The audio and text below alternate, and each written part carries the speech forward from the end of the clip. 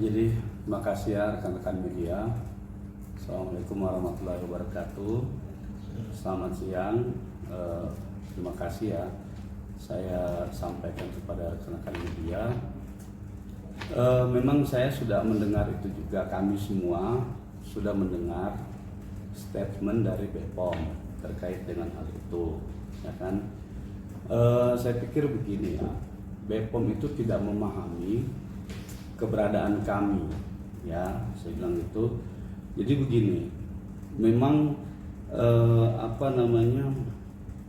kami ini bukan bertindak atas nama dari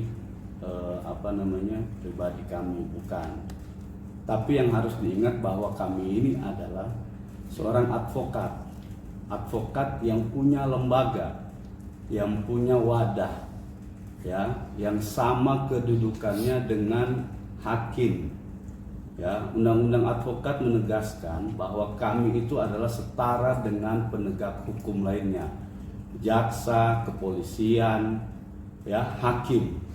Nah, oleh sebab itu, ya, sebenarnya permintaan kami ini adalah sama dengan apa yang dimintakan atau misalnya diminta oleh hakim atau jaksa. Tidak ada perbedaan di dalam permintaan tersebut, karena yang tadi saya sampaikan bahwa kami ini punya kedudukan yang sama di mata hukum sebagai aparat penegak hukum yang dilindungi undang-undang. Kami punya wadah namanya Peradi, ya. Organisasi kami dipimpin oleh Profesor Otto Hasibuan. Nah, karena kami punya wadah itu, maka kemudian di dalam Undang-Undang Advokat, kalau saya nggak salah ingat itu di pasal 5 atau pasal 6, kami ini adalah setara kedudukannya dengan aparat penegak hukum lain yang saya sebutkan tadi. Itu yang pertama. Yang kedua, ya, saya sebenarnya kecewa ya dengan pernyataan Kepala BPOM itu. Kami semua kecewa dengan pernyataan Kepala BPOM terkait dengan bahwa kami katakan ini adalah permintaan individu, bukan permintaan hakim. Perlu saya tegaskan, saya sebenarnya sudah berpikir jauh ke sana. Makanya kemarin waktu persidangan Nikita Mirzani yang di tanggal berapa itu, 18 ya, di akhir penutupan sidang, saya sampaikan kepada majelis hakim bahwa kami minta untuk dikeluarkan penetapan, ya, terkait dengan pemanggilan dari BPOM, ya kan. Nah, tapi hakim bilang kami tidak punya kewenangan untuk memanggil, silakan kepada penasihat hukum menghadirkan ahli BPOM. Itu karena hakim tahu bahwa kami ini punya kedudukan yang setara gitu loh. Bukan kemudian kami tiba-tiba, ya, datang mengajukan itu tanpa alasan yang tidak jelas, ya. Saya sampaikan bahwa perkara ini bermula dari adanya skincare atau produk kecantikan, ya. Nah, itulah kenapa kami meminta kehadiran BPOM. Pertanyaan seriusnya, kenapa kemarin BPOM nggak hadir pada saat persidangan pada bagian pembuktian dari jaksa, ya kan? Padahal mereka itu diperiksa di tingkat penyidikan, mulai dari kepolisian sampai kejaksaan. Nah, ini yang mau kita konfirmasi, karena kenapa saya bilang di dalam BAP dari ahli BPOM itu tidak berbicara soal yang dipermasalahkan sekarang, glowing booster cell. Dia berbicara produk yang lain. Nah, ini yang mau kita konfirmasi langsung, kenapa saudara sebagai ahli, ya, memberikan keterangan bukan pada permasalahan yang sebenarnya itu dia cantumkan semua di BAP ahli itu bukan produk glowing booster ini, tapi produk yang lain. Nah, maka kita minta dihadirkan untuk mengkonfirmasi langsung terkait dengan keterangan dia yang sudah ada di BAP. Nah, itu. Lalu kemudian saya mau menanggapi juga begini ya. Di beberapa waktu yang lalu ya, teman-teman media juga mungkin masyarakat publik juga sudah pernah mendengar bahwa BPOM itu bersedia memberikan keterangan, ya kan begitu. Nah, tapi tiba-tiba sekarang berubah, gitu kan, dengan alasan yang sangat tidak logis, ya. Itu sangat tidak logis dengan alasan ini permintaan dari individu. Dia tidak memahami kedudukan kami sebagai advokat gitu. Nah, kami meminta itu, ya, dia bilang kami akan berada di tengah-tengah masyarakat, ya, dia sampaikan begitu dari pihak BPOM. Untuk yang mau mendengarkan keterangan kami akan hadir di tengah-tengah masyarakat, ya, untuk menyampaikan hal-hal yang benar-benar sesuai dengan hukum atau fakta yang sebenarnya. Nah, tiba-tiba dia merubah statementnya itu, ya kan? Dia bilang dia tidak bisa datang, gitu kan? Nah, ini sebenarnya menjadi pertanyaan serius kepada masyarakat, kepada publik, ada apa di balik ini? Ya, kontradiktif keterangannya. Dari kemarin dia bilang, oke, kami akan bersedia, sekarang kami tidak bersedia. Tidak bersedia dengan alasan tadi itu. Nah, inilah saya bilang kontradiktif pernyataan dari Kepala BPOM, ya. Nah, hal ini juga akan kami sampaikan di sini bahwa kami akan mengambil tindakan hukum juga, ya, terkait dengan ini, karena menurut kami juga ini ada hal-hal yang dimungkinkan, ya, tidak sesuai dengan hukum yang berlaku atau ini tidak on the track secara hukum gitu. Nah, demikian yang bisa saya sampaikan. Bang, kalau dari BPOM ini tidak hadir menjadi saksi, apakah ini akan memberatkan nani kita sendiri atau seperti apa? Soal memberatkan atau tidak itu tidak menjadi kewenangan dari kami, ya, karena semua persoalan ini kan persoalan sudah kita uji di meja persidangan atau di muka pengadilan. Tapi yang paling penting yang harus digarisbawahi di sini adalah saya sampaikan berkali-kali kepada teman-teman semua, permasalahan ini dimulai dari adanya produk, ya. Produk ini yang kemudian ternyata di persidangan bahwa produk ini terungkap tidak terdaftar di BPOM, ya. Nah, dia tidak mempunyai izin dan lain sebagainya itu. Nah, keterangan BPOM yang kita butuhkan itu adalah terkait dengan bagaimana pendaftaran produk glowing booster cell ini di BPOM. Kenapa kok bisa beredar gitu loh? Mereka sebagai lembaga pengawasan, ya kan, harusnya memahami betul produk mana saja yang bisa diedarkan dan lain sebagainya. Nah, kenapa menjadi penting buat kami terkait dengan pertanyaan tadi itu, apakah itu memberatkan atau tidak? Ini bukan soal memberatkan atau tidak, tapi ini kita mau menyampaikan informasi kepada masyarakat, ya, bahwa ada sebuah produk itu yang dijual secara bebas dengan tidak mempunyai izin BPOM, ya kan? Nah, siapa yang berwenang untuk melegitimasi itu? Ya adalah Badan Pengawas Obat dan Makanan. Dia orang yang paling berhak untuk melegitimasi itu apakah sesuai dengan prosedurnya atau tidak gitu. Nah, soal nanti memberatkan atau tidak nanti biar majelis hakim yang menilai permasalahan ini gitu. Ada strategi lain, Bang? Mungkin selain BPOM yang saksi yang bisa bilang untuk menggantikan BPOM? Nggak ada kan, nggak ada yang bisa gantikan.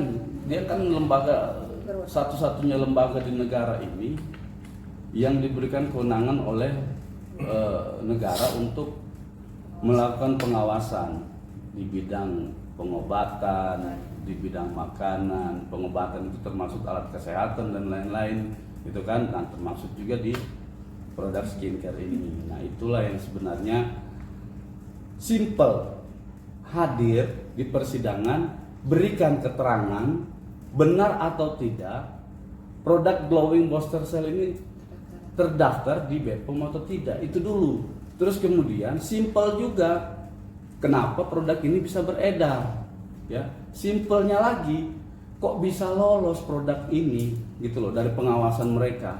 Itu saja yang sebenarnya kita mau konfirmasi, bagaimana mekanisme sebuah produk itu masuk ke ke BPOM lalu kemudian bisa diedarkan ke masyarakat. Nah, itu kan statement sudah banyak. bahwa kita tahu juga di beberapa waktu lalu misalnya kan Kepala BPOM itu juga bilang begini, kalau terkait dengan promosi dan lain sebagainya itu harus akurat, tidak boleh menyesatkan masyarakat, ya kan? Kalau itu tidak akurat, menyesatkan masyarakat, promosi yang dilakukan, maka itu masuk dalam kategori perbuatan tindak kejahatan. Ini pernyataan BPOM beberapa waktu lalu, ya kan? Nah, kami sebenarnya tadi saya sampaikan menjadi tanda tanya besar kepada kami.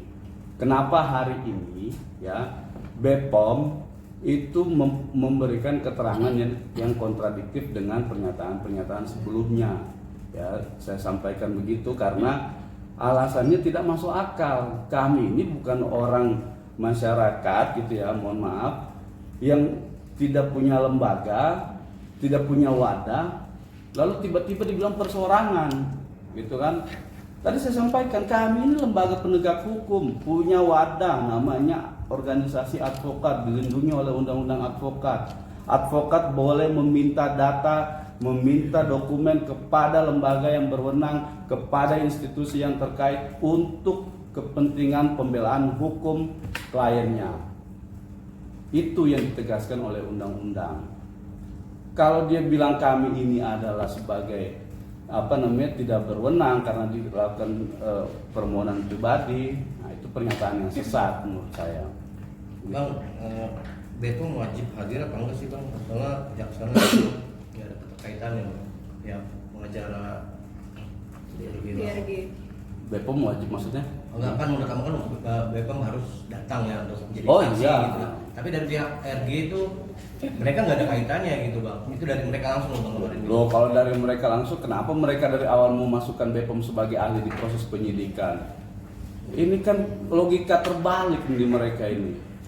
Kalau dia bilang itu tidak menjadi wajib, ya proses penyidikan di tingkat kepolisian, di tingkat kejaksaan itu selalu ngikut BPOM. Nah sekarang dia bilang tidak wajib, lah ini dibakar aja berkas ini. Apa bagaimana maunya pengacaranya ini? Kan begitu logika sederhananya. Maka kita mau uji keterangannya itu yang ada di BAP. Semua saksi, fakta atau ahli yang sudah memberikan keterangan di tingkat penyidikan dari kepolisian, kejaksaan sampai ke pengadilan, kita uji bagaimana dia memberikan keterangan itu sesuai dengan fakta, sesuai dengan keahliannya atau tidak gitu loh. Proses misalnya tadi saya bilang di dalam BAP itu kaitannya tidak ada dengan glowing booster cell ya. Ingat ya, BAP ahli dari BPOM tidak menjelaskan soal adanya glowing booster cell atau DNA salmon. Ingat. Tapi di dakwaan menjelaskan itu. Dakwaan menyimpulkan intinya begini, bahwa akibat dari perbuatan terdakwa Nikita Mirzani yang melakukan review jelek-jelek terhadap produk DNA salmon atau glowing booster cell mengakibatkan orang mengalami kerugian. Kan jelas di situ. Permasalahannya dimulai dari produk gitu loh. Nah, kalau sekarang dibilang tidak menjadi penting, coba tanya lagi dah mereka. Ini saya pikir iya, kenapa mestinya dari awal nggak usah di BAP itu orang-orang itu. Oke, jadi karena skincare ini ada di dalam BAP, berarti BPOM wajib menjadi saksi bang, menurut abang gitu ya? Wajib, harus wajib dia datang itu. Wajib hukumnya dia datang itu. Sekalipun ada pernyataan kan begini kata kepala BPOM, kan sudah kita berikan keterangan, ya kan begitu ya kalau saya nggak salah lihat, kita sudah berikan keterangan di BAP pada tingkat penyidikan. Dan justru itu karena Anda memberikan keterangan, pertanggungjawabkan dong keterangan Anda di muka persidangan. Itu kita mau uji apakah benar ini keterangan Anda ini sesuai dengan keilmuan Anda atau tidak. Apakah ini cuma sebuah hal yang mengada-ngada gitu kan, atau sebuah keterangan yang sengaja dibangun untuk memojokkan kita. Itu kan yang kita mau uji. Itu. Mungkin Bang, boleh ditambahin bang, gimana bang? Ini merugikan juga nggak dari pihak ini kita juga dengan BPOM, bisa dibilang cara halus ya bang?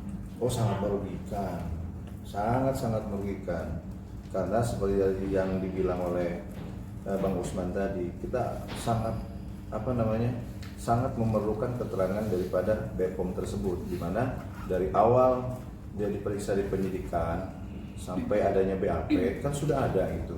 Nah, kenapa tidak dipertanggungjawabkan keterangan-keterangan tersebut? Kenapa harus takut gitu untuk datang memberikan keterangan? Sampai-sampai kita harus memohon gitu, melakukan permohonan untuk dia hadir gitu. Ada apa ini gitu kan?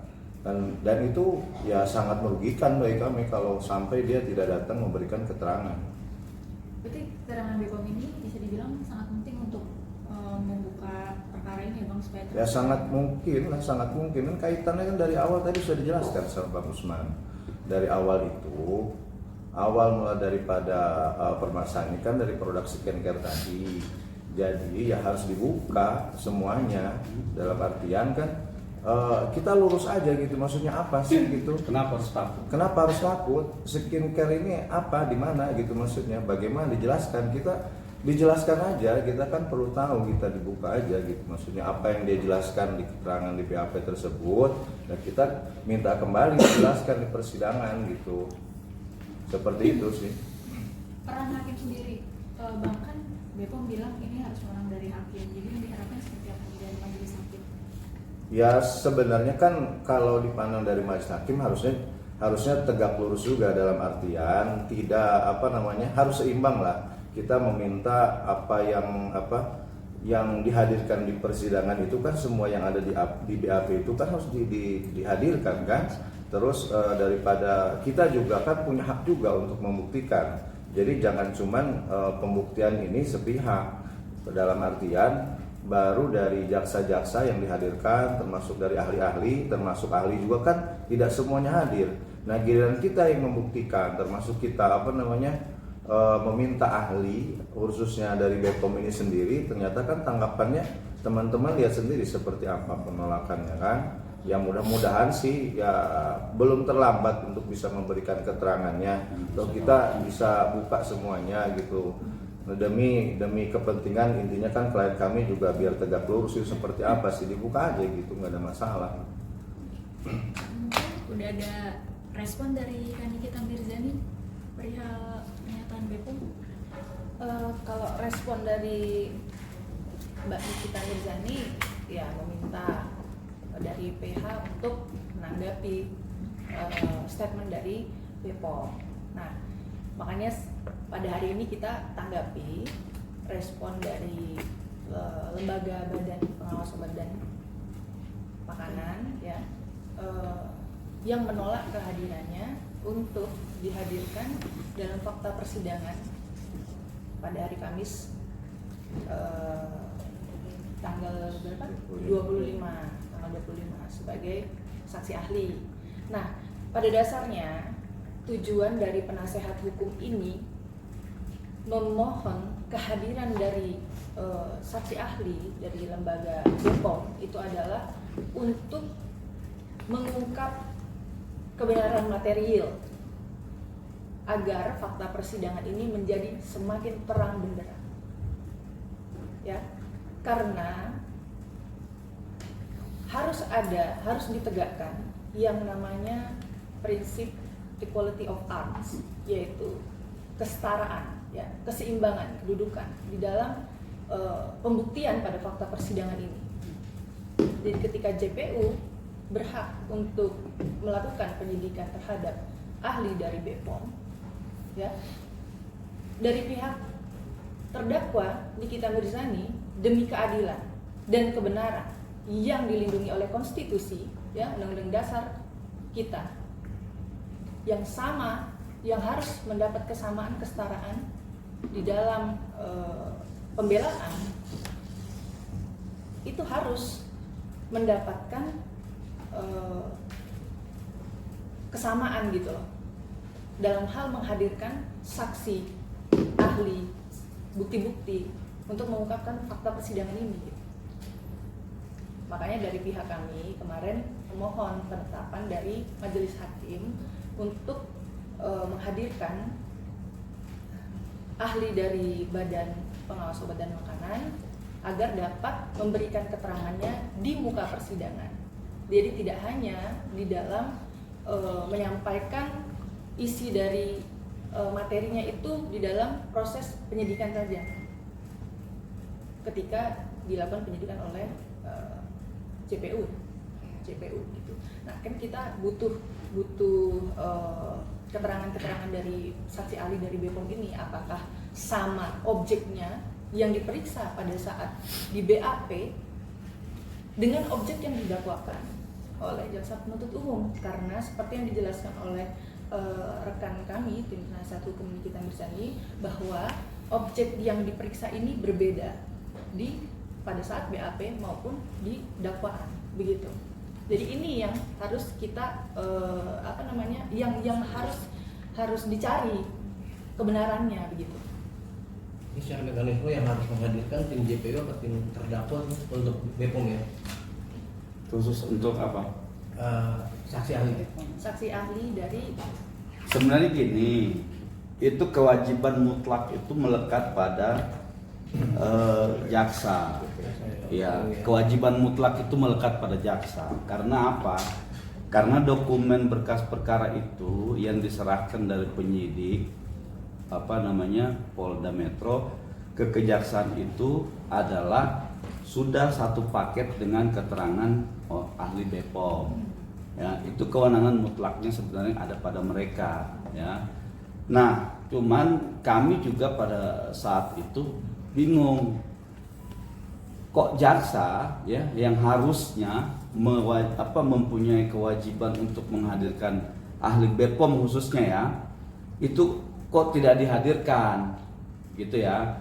Nah, dia tidak menghadirkan itu dan alasannya juga tidak jelas. Dia tidak menyampaikan pada saat proses persidangan gitu kan. Tiba-tiba ditanya sama hakim, ahli yang lain bagaimana?